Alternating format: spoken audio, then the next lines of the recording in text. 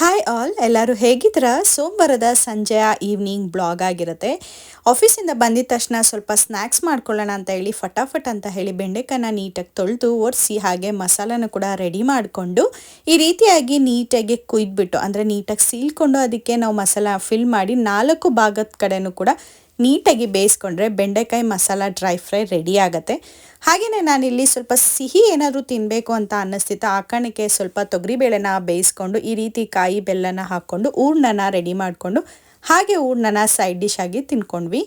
ಇನ್ನು ರಾತ್ರಿಯ ಡಿನ್ನರ್ ಖಾರ ಪೊಂಗಲ್ನ ಮಾಡ್ಕೊಂಡಿದ್ದೆ. ಸ್ವಲ್ಪ ಕೋಲ್ಡ್ ವಾತಾವರಣ ಇರೋದ್ರಿಂದ ಸ್ವಲ್ಪ ಮೆಣಸು ಜೀರಿಗೆನ ಹಾಕಿ ಖಾರ ಪೊಂಗಲ್ ಮಾಡಿದ್ರೆ ಈ ಟೈಮಿಗೆ ಸೂಟ್ ಆಗುತ್ತೆ.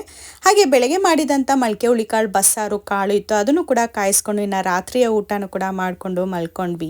ಇನ್ನು ಬೆಂಡೆಕಾಯಿ ಫ್ರೈ ಇರ್ಬೋದು, ಈ ಥರ ಯಾವುದೇ ರೆಸಿಪಿ ಇರ್ಬೋದು ನನ್ನ ಯೂಟ್ಯೂಬ್ ಚಾನಲಲ್ಲಿ ಸಿಗುತ್ತೆ, ದಯವಿಟ್ಟು ನೋಡಿ. ಹಾಗೆ ನಿಮ್ಗೆ ಇಷ್ಟ ಆಯ್ತಂದರೆ ಲೈಕ್ ಮಾಡಿ, ಸಬ್ಸ್ಕ್ರೈಬ್ ಮಾಡಿ.